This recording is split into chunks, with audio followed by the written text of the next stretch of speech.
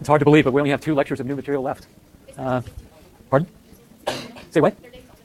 Yes, right, yes. But then next week on Tuesday and Thursday, it'll just be review, right? Pardon? Yes. No, but it's free choice. You can either come or not come.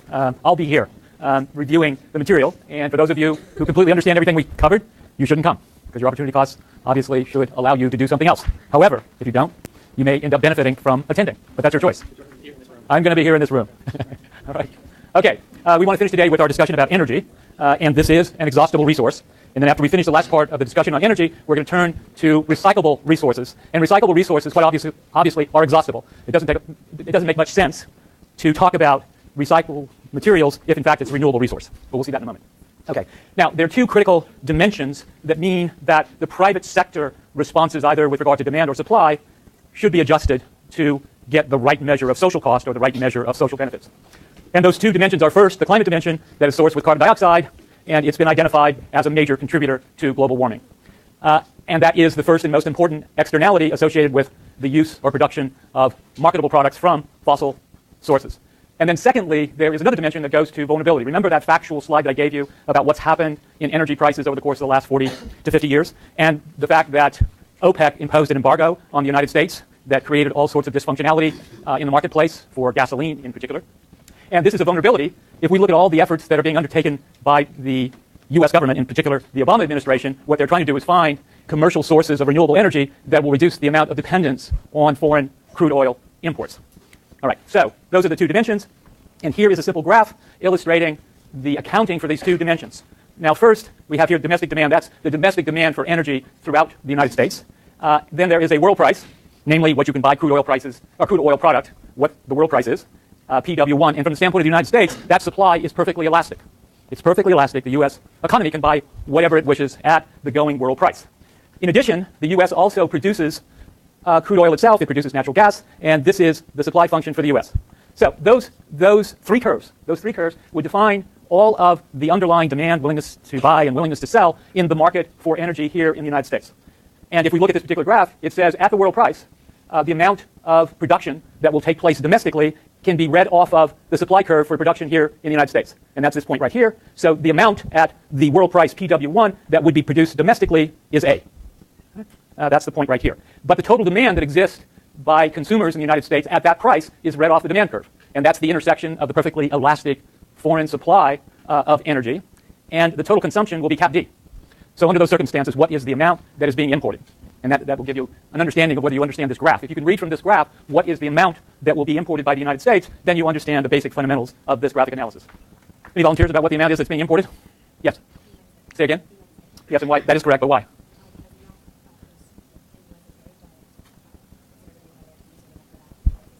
Right, exactly. So fundamentally, that's quite right. It turns out that to satisfy the total domestic consumption that exists, that's reflected at this point in the demand curve, there are 2 sources of satisfying that demand. One is the import that is bought from the rest of the world, and that is going to be D minus A, and the amount that's produced domestically, which is going to be A.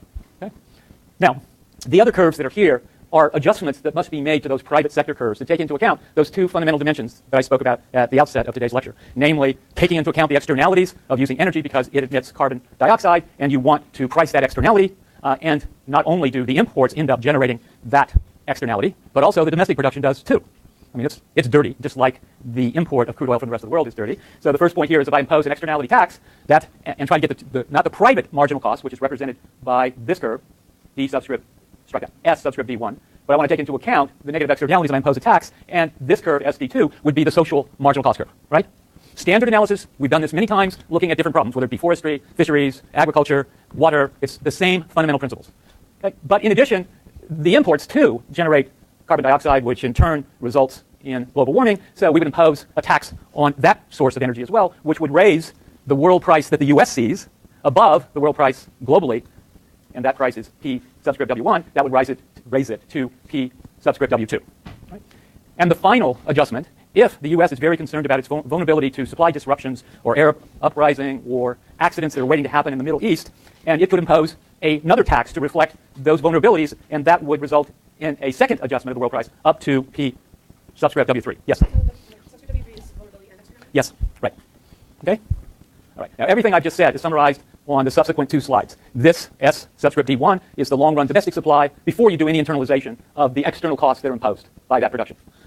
And once you've taken into account the externality associated with climate change, then you get a new marginal cost curve, which is S subscript D2. Likewise, as I noted, P subscript W1 is the observed world price, and as you just noted, P subscript W2 is both the observed world price, the vulnerability premium, and taking into account, ultimately with regard to P subscript W3, both the climate change damages associated with the production of that energy and the vulnerability premium. And as we said at the outset, the total amount of imports before making any of those adjustments for the negative externalities over the vulnerability, the total amount imported is D minus A, where A is the amount that's domestically produced. But once we introduce the adjustments associated with the negative externalities and the vulnerability, now the amount imported collapses or reduces. Doesn't collapse, that's the wrong word. It's reduced from D minus A to C minus B. And before I go there, coming back to the graph here,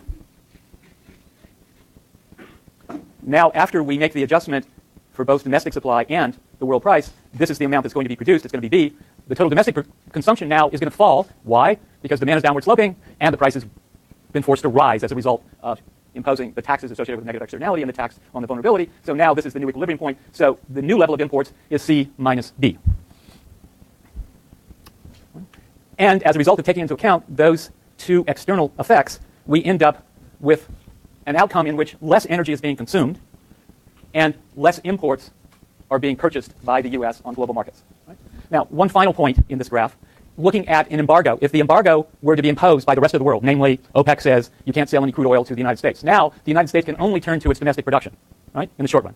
And when it turns to its domestic production, it takes time for that production to adjust. And if we come back to the original graph and we look at the point on the vertical axis, P star, coming back to this graph, too fast?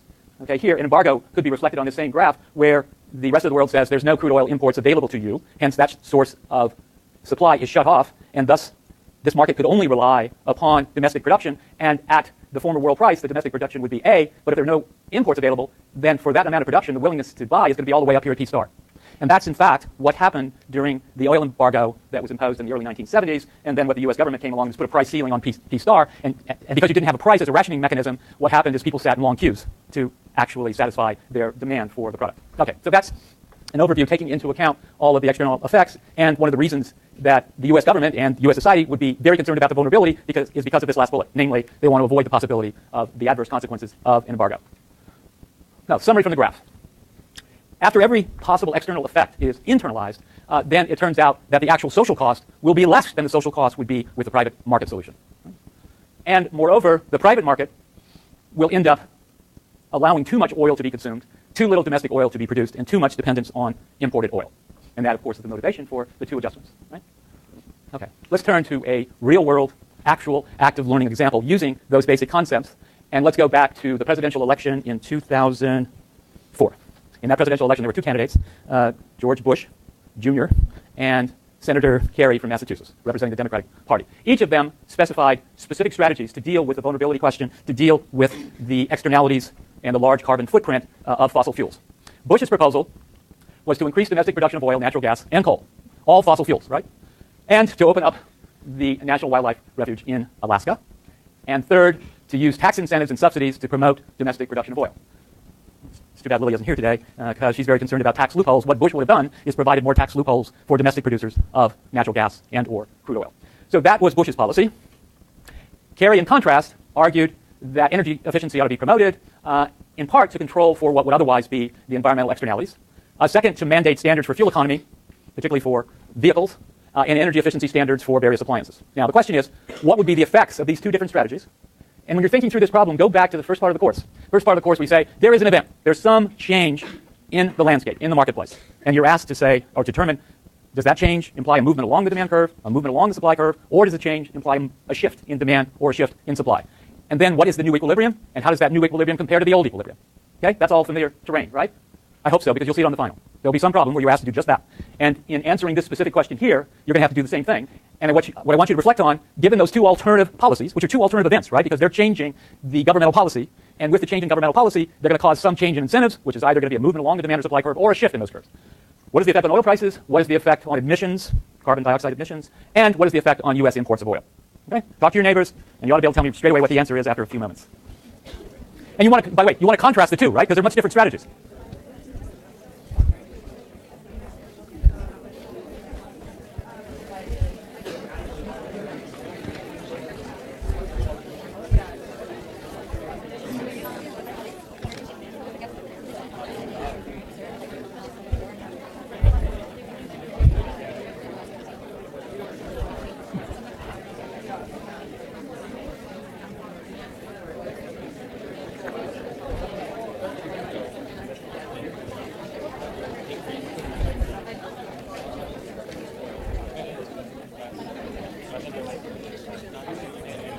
Okay, we got it? Ron, what's the answer? Well, both of them, the price would go down. Okay. Because George Bush would make it cheaper to produce domestic oil, so the price would lower, and Kerry would reduce the demand by 3%. You're quite right. But you said that Bush would reduce the price of oil, but you didn't tell me how. Through subsidies and incentives. Which curve is shifting in the Bush policy? Yes, exactly. All right, what about the emissions? Emissions would probably go up with George Bush because more oil would be being consumed, and go down with Kerry because substitute sources of energy. Right, exactly. And what would happen qualitatively with regard to the U.S. imports of oil for each of the two policies? With Bush, it would go down because it would be more domestic production, and Kerry, it's a little unclear, we thought it would go up because it would be less supply. Okay, you got everything right up to the last point. Well, does anybody else have a contrary lens on the Kerry strategy with regard to U.S. imports of oil? Yes, Omega.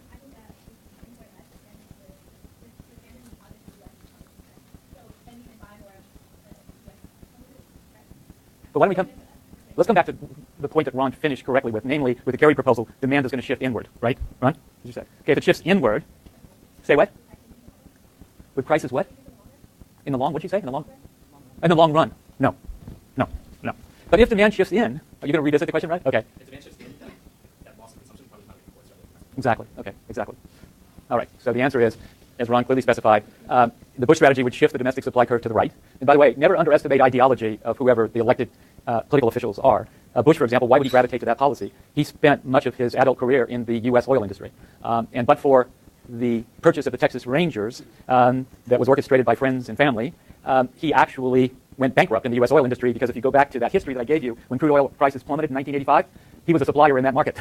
And when his company was supplying oil in that market and oil prices crashed, his company crashed as well. But now here he is as president, and he wants to support the domestic oil industry, and that helps explain the strategy that he was advocating. Kerry's strategy, as Ron explained, shifts the demand curve to the left, and as a result, both of these would lower oil prices, which Ron clearly specified. The emissions would increase under the Bush strategy. And I don't want to represent that all Republicans don't care about environmental externalities, but certainly this particular strategy was not sensitive to the question of controlling carbon emissions. And under both strategies, U.S. imports of oil would fall, in large part because there's less domestic consumption, and as a result, there's not as much demand for drawing in foreign imports into the U.S. marketplace. Yes? Why U.S. companies are exporting oil, you said? Are you sure it's oil and not natural gas? Yeah, what? You're sure it's crude oil? And what factual information do you have to support that? Yes. Which explains that you should always check the sources. If there is minuscule exports of crude oil from the United States, but it's small. The big opportunity for the United States is exporting natural gas because we've had this huge increase in supply, largely because of the technology associated with fracturing, and that has expanded dramatically. So the amount of exports of crude oil is de minimis. Yes? The price here, if you're saying if the amount of demand is satisfied through the amount of supply and prices here in the United States automatically gravitate to that, they don't, in large part because there are import taxes, there are various quotas, etc. So, but your intuition is quite right. In a perfectly functioning market, if they impose these two strategies and the market clearing price here in the United States is always the world price, these strategies aren't going to have much impact on world prices. But they could have. If we're the major source of demand for crude oil and we end up reducing the amount of our demand through either one of these two strategies, because of Bush expanding domestic supply and because of Kerry reducing the amount of demand, we will end up demanding less imports. And if anything, that will have a downward effect on world prices. Okay, does that make sense? Okay, remedies. How do we go about doing this internalization? The simple principle is find